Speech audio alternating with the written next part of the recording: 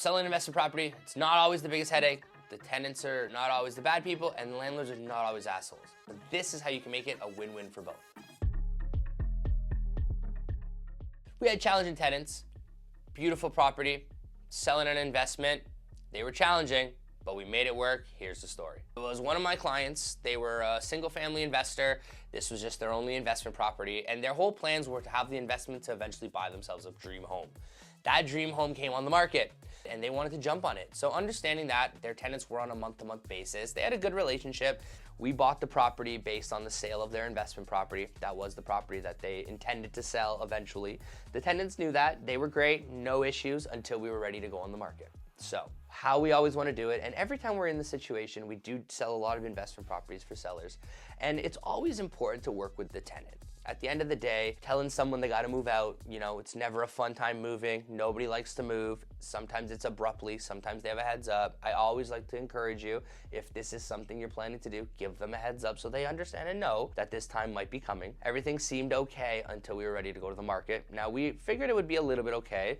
Their parents were both in real estate. They understood how it was going. They notioned they wanted to move out anyways. So we came up with a plan. They let us know that they would be leaving during the middle of a month. The thing for us that we couldn't really work with was that we only had 3 weeks to sell the condo because we had a condition based on their purchase. So what that meant was that we had purchased the property with a condition that we have to sell their condo within a certain time frame. Now, in that time frame, which was just under 4 weeks, in a slower market, especially in a condo market that was very slow, we had to get creative. This is where it all went sideways. We show up, nothing tidy, dirty dishes. It almost looked like they made it dirtier for us to show up. So what we ended up doing, on the fly, we were downtown Toronto. It was a beautiful penthouse. We needed to showcase the views. We wanted to showcase it. We took anything we could take from it with some video, some footage, some clips, and then we turned it into a lifestyle video. A big part of what we do, and especially a tenanted property, is how do you market the area, the neighborhood, the opportunity. So what we were able to do with stock footage, our camera guys, we ended up taking a really cool video and turned it into a lifestyle video instead. Showing time.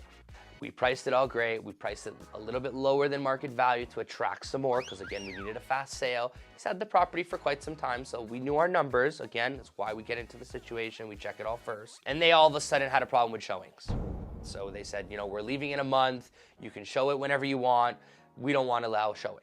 Now, obviously, that isn't allowed by the landlord board, but again, we're not gonna sit there, go through contract. We got 3 weeks to do this. So what ended up happening, we all came to an agreement. They would only allow us 2 hours to showcase this property on a Wednesday night. So we said, you know what?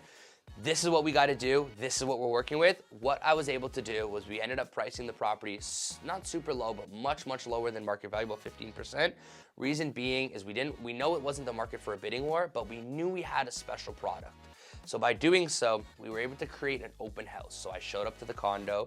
It was from 7 o'clock to 8:30 because that was the time window we did. We ended up, within the 1 week that we did it, we had 9 agents come through. We got 2 offers. Within 24 hours, we sold the condo.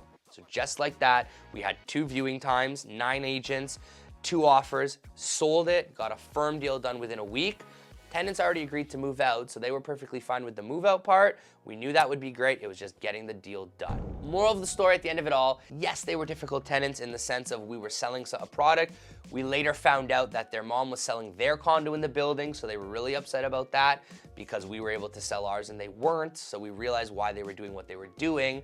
But the moral of everything was you have to remain calm, you gotta be compassionate to your tenant, and at the end of the day, it's not worth getting into the argument. Work with each other to create a win-win situation, and that's how we were able to get our client his dream property.